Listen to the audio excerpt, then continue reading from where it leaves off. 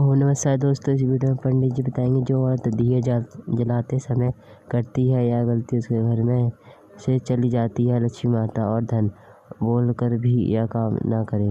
यह काम कैसे करना है और कब करना है और धन और दौलत कैसे चली जाती है, इस वीडियो में पंडित जी बताएंगे। और इस वीडियो को ध्यान से देखना क्योंकि इस वीडियो में पंडित जी ने बहुत ख़ास बात बताई है और आपने ध्यान नहीं दिया तो आपके घर से भी लक्ष्मी माता चली जाएगी। चलो देखते हैं इस वीडियो पंडित जी क्या बता रहे हैं। बोल कर बोले क्या क्या चाहिए बोलो।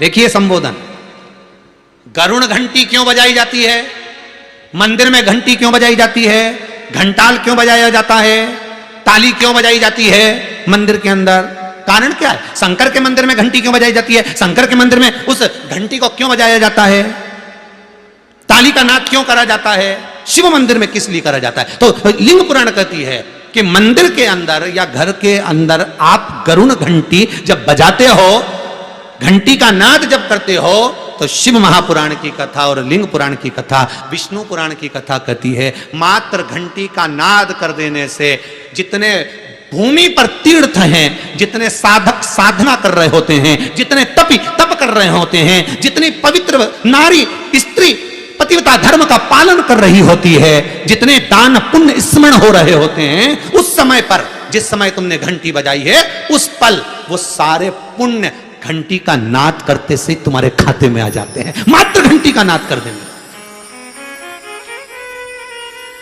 शंकर जी के मंदिर में जाकर ताली का नाद किया जाता है। ताली का नाद शिव मंदिर में क्यों बजाई जाती है, उसका कारण उस मंदिर में जितने बैठे होंगे, जो भजन कर रहा, तप कर रहा, साधना कर रहा, अभिषेक कर रहा, पूजन कर रहा, 3 बार ताली बजाने से उनका सारा का पुण्य हमारे खाते में 1 सेकंड में आ गया। और हमें लगता है हम शंकर को रिझा रहे हैं, शंकर को रिझाया, शिव ने तुरंत दे दिया। घर में गरुण घंटी का नाद करना, इसलिए बच्चों को खेलने के लिए घंटी नहीं दी जाती। गरुण घंटी कोई खेलने के लिए नहीं देता, खिलौने दे देंगे, दूसरा सामान दे देंगे, पर गरुण घंटी नहीं देंगे। क्यों नहीं देते, क्योंकि गरुण घंटी का जब नाद करा जाता है तो सबका पुण्य हमारे खाते में आ जाता है। कोई साधारण घंटी बजाना पूजन के समय पर, स्मरण के समय पर, भजन के, इसलिए घंटी भी हर कभी नहीं बजाई जाती, समय समय पर। और आपसे भी निवेदन है, मंदिर में भी जाओ ना तो घंटी का नाद करो तो बड़े प्रेम से करो। ऐसा नहीं कि तुम लेट बजाए जाओ बजाए जाओ बजाए जाओ, ऐसा ही नहीं कि लटकी है तो बजाए जाओ। क्या मतलब, वो घंटी को बजाने के लिए आएगी? नहीं, उसका एक समय, उसका एक संबोधन, उसका एक आनंद।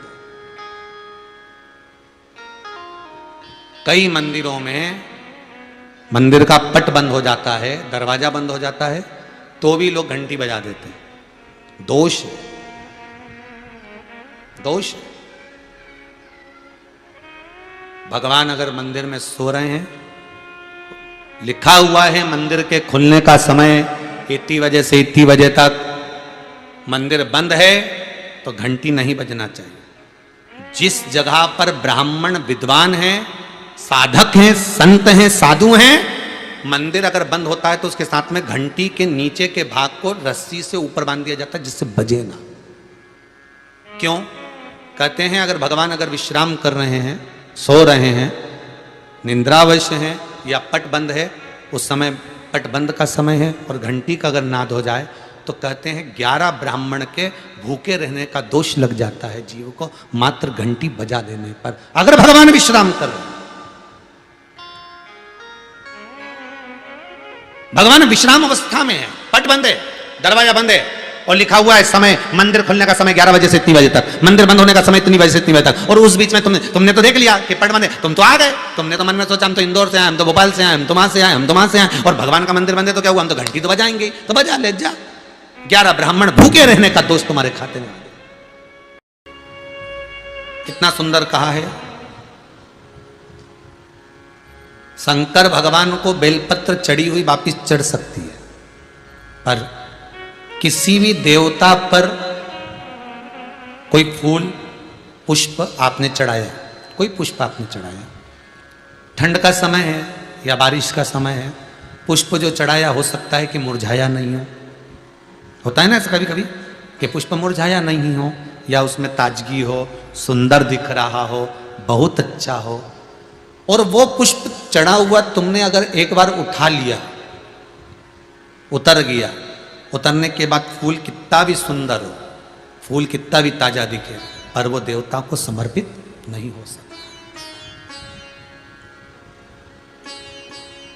भले उसमें सुंदरता है। ठंड के दिनों में कई फूल ऐसे भी रहते हैं, भगवान के सामने आपने एक बार चढ़ा दिया, चढ़ाने के बाद वो रखे रहते हैं तो ऐसा लगता है कि बिल्कुल ताजे से दिख रहा है। तो कई माताओं की आदत रहती है उन्हीं फूल से वापिस श्रृंगार कर देती है, या उन पुष्प की रंगोली बनाकर भगवान के सामने डाल देती है, पर वो गलत है, वो गलत है।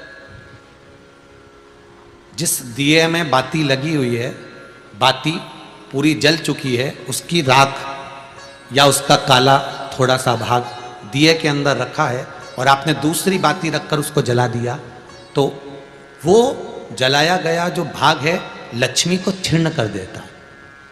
15 दिन तक व्यापार ठीक नहीं चल सकता। एक बार प्रैक्टिकल करके देखना। दिए के अंदर अगर कोई बाती जल गई, जलने के बाद ठंडी हो गई, ठंडी होकर उसमें राख पड़ी हुई है, या उसके अंदर कोई काला सा आप गोल बत्ती लगाते तो काला का एक भाग काला काला सा जला हुआ उसके अंदर रह जाता है। कई लोगों की आदत रहती है कि अब शाम का टाइम तो है, उसको कौन हटाए, उसी में अपन दूसरी बत्ती रख दो, जला दो, उसी में रखकर दूसरी बत्ती जला दो। भाग उसी में पड़ा हुआ है पुराना, और आपने दूसरी बत्ती अगर रखकर जला दी है, व्यापार होगा, व्यवसाय होगा, या फिर घर में रखा हुआ धन होगा, 15 दिन के लिए वो छिन्न होगा, वो जाएगा। पैसा टिकने वाला नहीं 15 दिन तक, चाहे कुछ भी कर लो, ठीक नहीं चल सकता व्यापार। तुम कितना भी दम लगा लो। कई लोग कहते भी होंगे कि हमारी दुकान तो 8 दिन तो अच्छी चलती है, 8 दिन के बाद नए क्या हो जाता है, 15 दिन अच्छी चलती, 15 दिन के बाद नया जाने क्या हो जाता है। तो उसमें गलती ढूंढो कि हम गलती क्या कर रहे हैं। नहीं तो व्यापार तो अच्छा चल रहा है, ग्राहक भी आ रहे हैं, सब कुछ होता है। जब 15 दिन ग्राहक आते हैं तो 15 दिन क्यों नहीं आते, 8 दिन ग्राहक आते हैं तो 8 दिन क्यों नहीं आते, उसके पीछे तुम्हारा कोई कारण होगा। फिर अपनी गलती को ढूंढो कि हमारी गलती क्या हो रही। तो उसमें आपको वर्णन किया था कि भगवान की बेलपत्री, भगवान का प्रसाद अगर पलंग पर रखा है तो दोषपूर्ण है।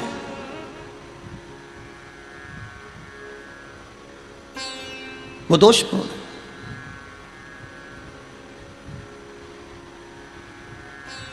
अब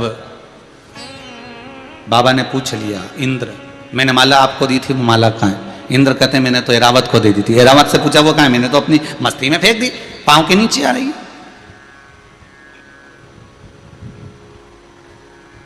मैं तुझे श्राप देता हूं इंद्र, तो तेरी सत्ता के विमुख होगा। जितना तुझे तेरी सत्ता से प्रेम है इंद्र, तुझे अपना सिंहासन प्रिय है, मैं तुझे श्राप देता हूं कि तेरा वो सिंहासन तेरा छूट जाएगा।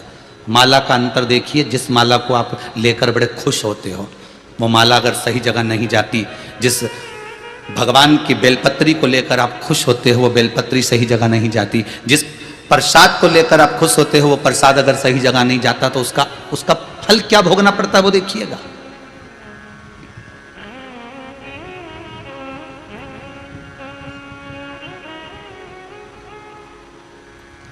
एक कथा आपको सुनाते हैं, वो कथा नहीं है, हमारे जीवन का प्रत्यक्ष उदाहरण है। प्रत्यक्ष उदाहरण।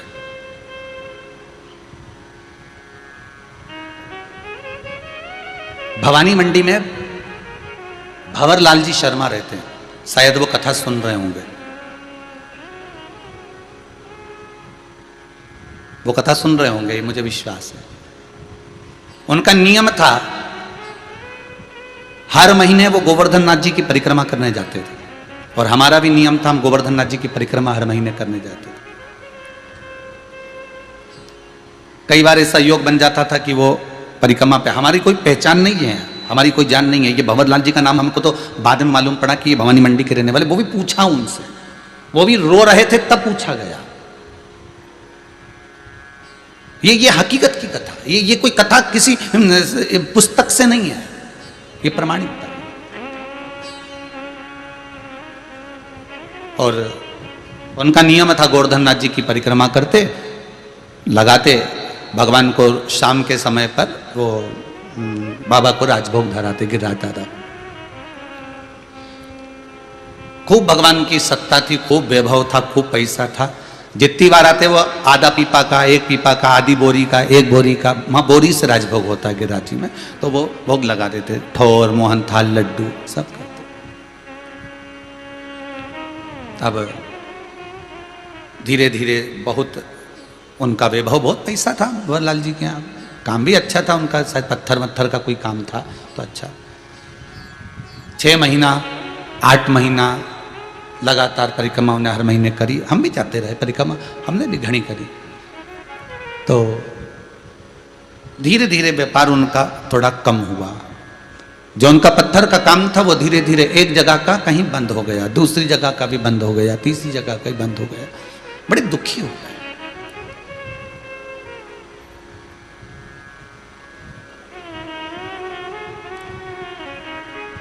पूंछरी के लोटे के पहले मुकुट शिला थी।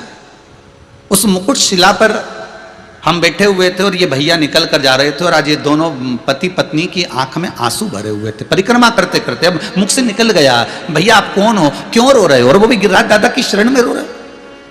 जब व्यक्ति भगवान की शरण में रहता है, भोलेनाथ की शरण में रहता है, ठाकुर की शरण में रहता है, मेरे कृष्ण की शरण में रहता है, मेरे गोवर्धननाथ जी की शरण में रहता है, मेरे राम की शरण में रहता है, तो उसकी आंख में तो आंसू आना ही नहीं चाहिए। फिर आप क्यों रो रहे? अरे महाराज धोती तो पहने ही थे हम। तो कहा अरे महाराज, बहुत पहले की बात है, लगभग हो गए होंगे 8-10 साल, आज याद आई है तो बता दें। अरे महाराज बड़े दुखी हैं, क्या हो गया? हर महीने आते हैं, बाबा बहुत सुनता था, खूब वैभव था, परंतु अब कुछ बचा नहीं है। अब तो भगवान को हम भोग भी नहीं लगा पा रहा, वो स्थिति। फिर भी हम लगाते तो हैं, थोड़ा बहुत जो बन जाता था। हमने कहा कुछ नहीं, गिरिराज बाबा से विनती करो, ऐसी दशा क्यों लाकर छोड़ दी? दुख दिया है आपने तो सुख भी तो आप दोगे। आप विनती करो बाबा से कि ऐसा समय क्यों लाए हो, यह समय आखिर किस लिए आया? महाराज विनती तो हम हर बार आते हैं, हर बार करके जाते हैं। पहले परिवार समेत आते थे, अब तो दोनों आ रहे हैं। ठीक है, हाँ हमने देखा है आपको 2-3 बार, आप 2-4 बार परिक्रमा में दिखे हैं, दूध चढ़ाते, भोग लगाते। पर ये दशा क्यों? चल दिया हमारे साथ में, हम भी साथ में चलते चलते पूंछरी के लोटे के अंदर वाले रास्ते से निकलते निकलते जतिपुरा पहुंच रहे हैं। तो उनसे बात करी, क्या करते हो आप यहाँ आते हो? तो हम बढ़िया सुबह ट्रेन से उतरते हैं, बढ़िया नहा धो के होटल आदि में, और भगवान की परिक्रमा करते हैं। दूध वगैरह चढ़ाना है, पूजन करना है, अर्चना करना है, अंग वस्त्र वगैरह सब पहना के शाम के समय बाबा का कुंभड़ा कर कर दूसरे दिन हम निकल जाते हैं। अच्छा, बस अब इसमें क्या गलती हो रही है ये पता नहीं है। वो गलती कौन सी है?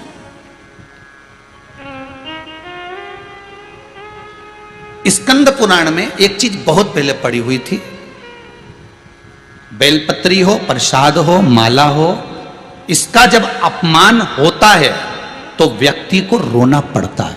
ये स्कंद पुराण कहते हैं। दोस्तों आपको हमारी वीडियो अच्छी लगी हो तो हमारे चैनल सब्सक्राइब करें एंड लाइक करें, और कमेंट पर हर महादेव अवश्य लिखें, क्योंकि हम ऐसी वीडियो हमेशा लाते रहते हैं।